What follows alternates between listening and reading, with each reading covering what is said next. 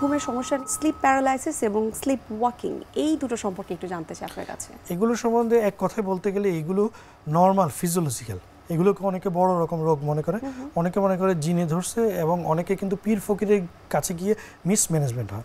ঘুমের মধ্যে হাঁটা এটা কিন্তু অনেকের ক্ষেত্রেই প্যারাসোমনিয়া বলে, ফিজিওলজিক্যাল ছোট কিছু ওষুধ বা ছোট কিছু থেরাপির মধ্যে দিয়ে এটা ভালো হয়ে যায়। অনেকে আবার ঘুমের মধ্যে প্যারালাইজড হয়ে যায়, এটাকে গ্রামের দেশে বোবায় ধরা বলে।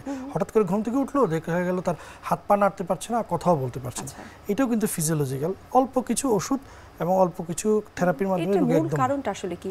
এটা হচ্ছে কি, আমাদের যে ঘুম হয়, ঘুমের দুইটা সাইকেল থাকে, একটা র্যাম স্লিপ আর একটা নন র্যাম স্লিপ।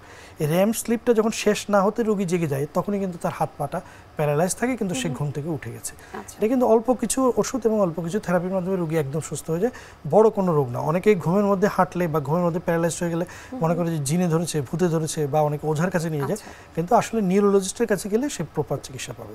জি, আমরা অনুষ্ঠানে একেবারে শেষ পর্যায়ে চলে এসেছি। আমরা অনেক বিস্তারিত জানলাম যে আসলে ঘুমের সমস্যা কত ধরনের হয়ে থাকে এবং আসলে কি ধরনের ট্রিটমেন্ট তাদের করা উচিত। আপনাকে আবারও ধন্যবাদ জানাচ্ছি এবং শুভকামনা এনটিভির পক্ষ থেকে।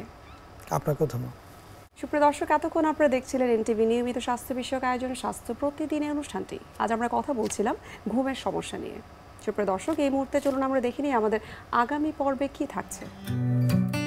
আসলে বন্ধ্যাত্ব বা ইনফার্টিলিটি বা সাবফার্টিলিটি, এটা বলতে আমরা যেটা বোঝাই সেটা হচ্ছে একটি কাপল দুজনে বিয়ের পরে একসাথে থেকে যখন নাকি 1 বছর চেষ্টা করার পরেও কোনো সন্তান ধারণ হয় না, সেটাকেই আমরা বন্ধ্যাত্ব বা ইনফার্টিলিটি বলে থাকি। বিশ্বের যে কোনো প্রান্ত থেকে যে কোনো সময় এনটিভির জনপ্রিয় অনুষ্ঠান স্বাস্থ্য প্রতিদিন দেখতে আপনারা ভিজিট করতে পারেন আমাদের পূর্ণাঙ্গ পোর্টাল www.ntvbd.com এ। এছাড়াও এনটিভির জনপ্রিয় বিভিন্ন ধরনের অনুষ্ঠান এবং নিউজ আপডেট পেতে আপনারা ভিজিট করতে পারেন আমাদের ইউটিউব চ্যানেল এবং ভেরিফাইড ফেসবুক পেজে। সুপ্রিয় দর্শক, আজ এখানে শেষ করতে হচ্ছে। দেখা হবে আবারও আপনাদের সঙ্গে। সে পর্যন্ত আপনারা ভালো থাকুন, সুস্থ থাকুন এবং সব সময় এনটিভির সঙ্গে থাকুন।